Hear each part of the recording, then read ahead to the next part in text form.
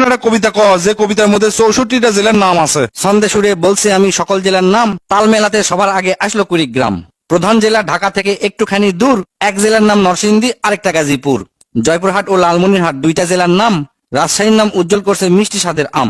পাহাড় ঘেরা বান্দরবন ও সিলেট খাগড়াছড়ি, ময়মনসিংহের কিশোরগঞ্জে এই লেখকের বাড়ি। নেত্রকোনা সুনামগঞ্জে আছে ধানের মাঠ, সুন্দরবনের কাছে আছে খুলনা বাগের হাট। ভোলা এবং বরিশালে আছে অনেক নদী, পাবনায় আছে পাগলাগারদ, বগুড়ায় আছে দধি। পাশাপাশি দুইটা জেলা টাঙ্গাইল জামালপুর, আরো দুইটা জেলা হলো কুষ্টিয়া যশোর। মনের মতো একটা জেলার নাম তার মাগুরা, দন্তান্নতে নারায়ণগঞ্জ, নাটোর ও নওগাঁ। দন্তান্নতে আরো 4টি জেলা বলতে আমি পারি, নবাবগঞ্জ ও নোয়াখালী, নড়াইল, নীলফামারী।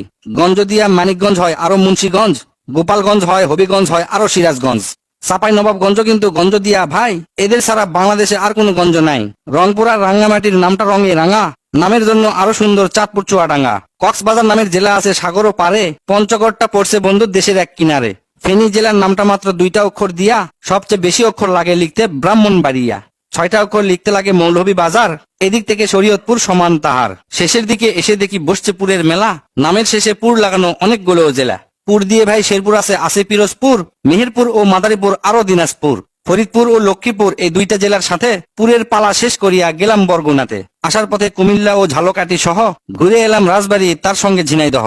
গাইবান্ধার নাম বাদে থাকে আর মাত্র 1 হালি, তাদের মধ্যে একটা জেলার নাম পটুয়াখালী। এখন শুধু বাকি আছে 3টা জেলার নাম, এদের মধ্যে একটা জায়গা হইল চট্টগ্রাম। সাতক্ষীরায় আর ঠাকুরগাঁয়ে হইল এই কবিতার শেষ। এদের নিয়েই গড়া আমার সোনার বাংলাদেশ।